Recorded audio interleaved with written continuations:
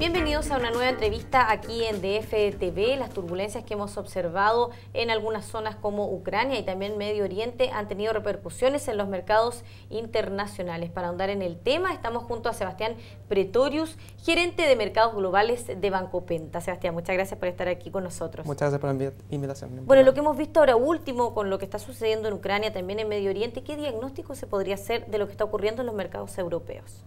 Primero que nada, quisiera como introducción contarles qué ha pasado con los mercados europeos desde su pico a mediados de junio. Y de mediados de junio se ha corregido en torno a un 3, un 4%, y la corrección principalmente se dio antes del evento de la caída del avión en Ucrania. Perfecto. O sea, se explica más por razones europeas más que por cosas geopolíticas en Ucrania y Rusia. Y las tres razones principales para esa corrección fueron que después del anuncio de las medidas del Banco Central a comienzos de junio, si bien la dirección iba en el camino correcto, el tamaño que esperaba el mercado no fue del todo bienvenido por el mercado. Entonces hubo una reacción positiva los primeros días, pero después hubo algo de toma de utilidad y de doble lectura que provocó un poco bajas en los mercados. Eso también acompañado a datos de actividad, producción industrial, sí, claro, estos datos adelantados como los PMI, estas encuestas, que todos muestran que se está desacelerando la economía europea y que muestra que al final esta recuperación es más frágil de lo que uno podría estar pensando. Entonces, y el tercer factor fue el no pago de una obligación de una matriz de un banco portugués. Del Banco Espíritu Santo. Del Banco Espíritu Santo. Y esas tres razones fueron las que llevaron a corregir el mercado europeo previo a la caída del avión de la última semana en Ucrania. Y obviamente previo también a lo que está ocurriendo en Medio Oriente. Y previo también a lo que está ocurriendo en Medio Oriente. Y si uno ve desde que cayó el avión a hoy día qué mercados sí han estado más afectados, principalmente son Rusia, Ucrania y Europa del Este, que son los que están ahí más cercanos y que la contagión y los vínculos son mucho mayores. Y dentro de los principales mercados europeos, lo único que se han visto bajas, pero no son tan importantes, son en torno a 1%, es Alemania e Italia. ¿Y por qué Alemania e Italia? Son los que están más expuestos sus matrices energéticas como país a el gas que se importa desde Rusia vía Ucrania. Y por eso un poco las reacciones que han habido. Y hoy día para contar un poco, los mercados europeos sí están en el alza porque un dato nuevo de actividad de estos PMI salió bastante positivo en el mes de julio. Recuperó la caída que había mostrado los últimos 2 meses, un poco dando de nuevo esperanza que la recuperación sigue en buen pie. Sebastián, ¿qué deberíamos ver en los mercados europeos en el corto plazo? Bueno, el corto plazo algo va a estar influenciado por las medidas que se tomen de las sanciones de Europa, Estados Unidos hacia Rusia, todo el conflicto algo de ruido va a tomar, pero hoy día lo que va a derivar más los mercados bursátiles en Europa va a ser el desempeño de las empresas. La entrega de resultados del segundo trimestre, cómo está la utilidad, las ventas y los márgenes de la empresa europea. Eso y la actividad va a ser un poco lo que va a llevar al mercado en los próximos meses.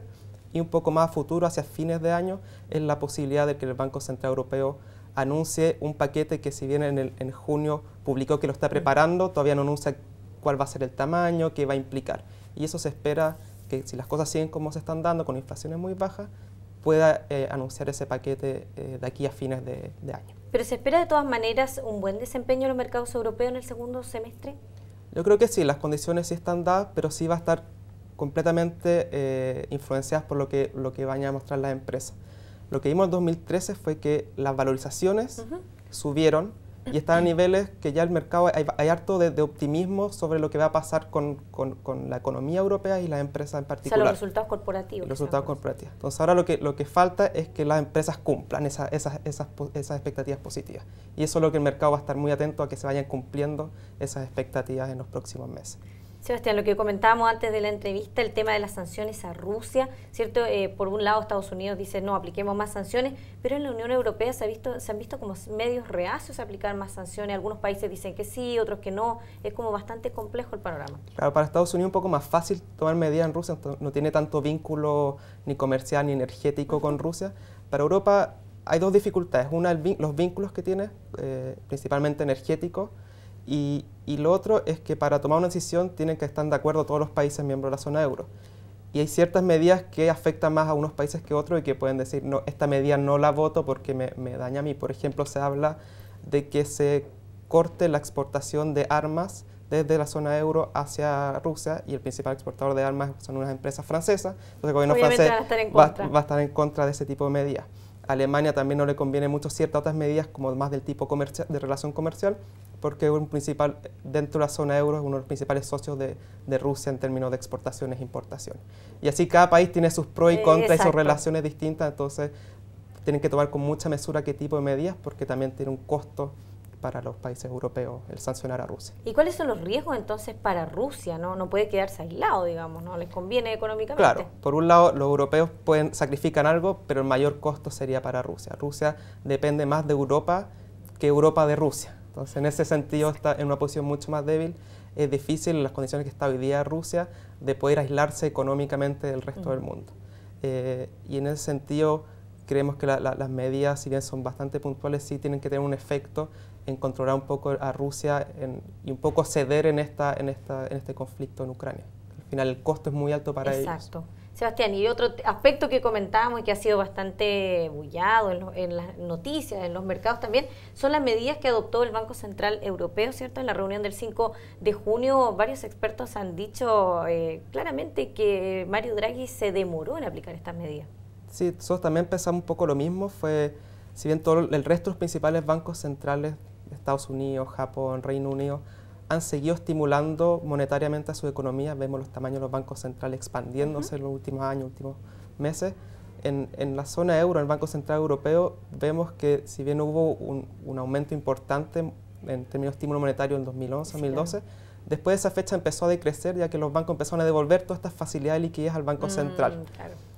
Y eso llevó muchos meses de inacción del Banco Central Europeo, que es un poco las causas de por qué la inflación está tan baja en Europa, y que obligó ahora en junio ya a tomar medidas porque el riesgo de inflación está aumentando. Entonces, estas medidas, si bien van en la dirección correcta, como la baja de tasas, pero ya de 0,25 a 0,15 el impacto no es tan grande. El poner tasa de depósitos negativa, que es toda esta liquidez que los bancos devolvieron al Banco Central, un poco castigarle, decirle, si me la devuelven te va a costar, mejor préstala para reactivar la economía. Pero en general son medidas marginalmente positivas, pero no tienen un impacto tan grande como un quantitative easing de Europa, como el mismo que está haciendo Japón. Y por eso la espera de ahora para Europa es que sí tome mayores acciones, que de aquí a fin de año sí anuncie este nuevo programa, que ese programa va a reemplazar un poco lo que se está cediendo, lo que los bancos están devolviendo, e inyectar y que el balance empiece a subir de nuevo.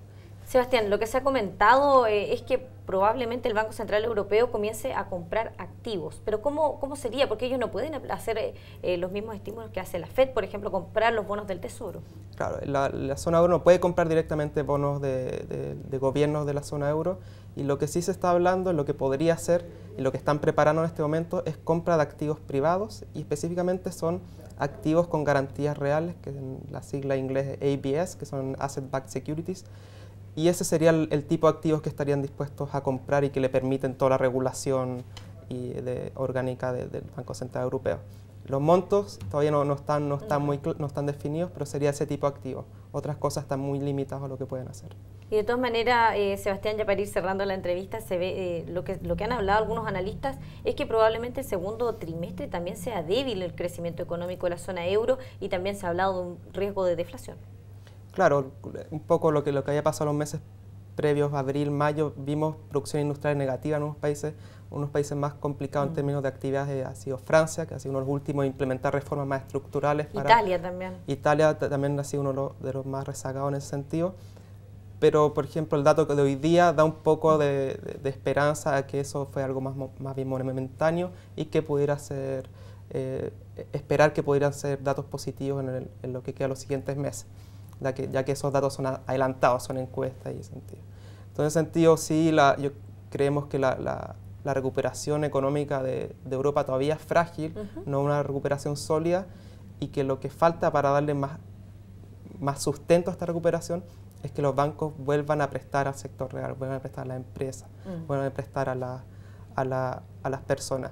Y lo que creemos es que eso ya va a empezar a recuperarse en el segundo semestre, y la razón particular es porque hoy día los bancos europeos están siendo sujetos a ciertas pruebas de esfuerzo, estos stress test y de revisión de sus balances, y eso lo han tenido un poco frenados en tomar más riesgo dando créditos a empresas y personas en los últimos meses. Pensamos que en octubre, cuando se entreguen los resultados de estos tests, si todo creemos que la mayoría va a pasar o ninguno de los grandes no va a tener problemas, cuando pase eso, eso va a calmar un poco la relación entre los bancos y también les va a dar más confianza para prestar al resto de la economía y les va a dar el empujón necesario para salir definitivamente de esta recesión y deflación y riesgo de deflación que está viviendo Europa. Sebastián, muchas gracias por haber estado aquí con nosotros comentando sobre los principales mercados europeos y también la economía de la zona euro.